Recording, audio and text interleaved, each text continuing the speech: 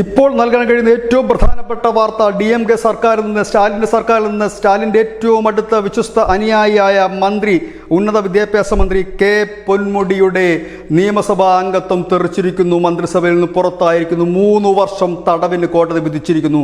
50 ലക്ഷം രൂപ പിഴയായി അടയ്ക്കണമെന്നും കോടതി വിധിച്ചിരിക്കുന്നു. അനധികൃത സ്വത്ത് സമ്പാദന കേസിലാണ്. ഈ കേസിൽ കീഴ്ക്കോടതി നേരത്തെ ഈ കെ പൊന്മുടിയെയും ഭാര്യയും ഒക്കെ വെറുതെ വിട്ടിരുന്നതാണ്. പിന്നീട് ഹൈക്കോടതി സ്വമേധയാ കേസെടുത്തിരിക്കുന്നത്. ഇപ്പോൾ നൽകാൻ കഴിയുന്ന ഏറ്റവും പ്രധാനപ്പെട്ട വിവരവും ഇത് തന്നെയാണ്. ലോക്സഭാ തെരഞ്ഞെടുപ്പിന് പോകുന്ന അതിൻ്റെ പടിവാതിൽ എത്തി നിൽക്കുമ്പോൾ അടിമുടി അഴിമതിയിൽ കുളിച്ചു നിൽക്കുകയാണ് DMK സർക്കാർ എന്ന അണ്ണാമലയുടെ വാദത്തിന് ശരിവെച്ചുകൊണ്ട് ഇതാ ഹൈക്കോടതി വിധി വന്നിരിക്കുന്നു. കെ പൊന്മുടി ഉന്നത വിദ്യാഭ്യാസ മന്ത്രി അദ്ദേഹത്തിൻ്റെ നിയമസഭാ അംഗത്വം റദ്ദായിരിക്കുന്നു.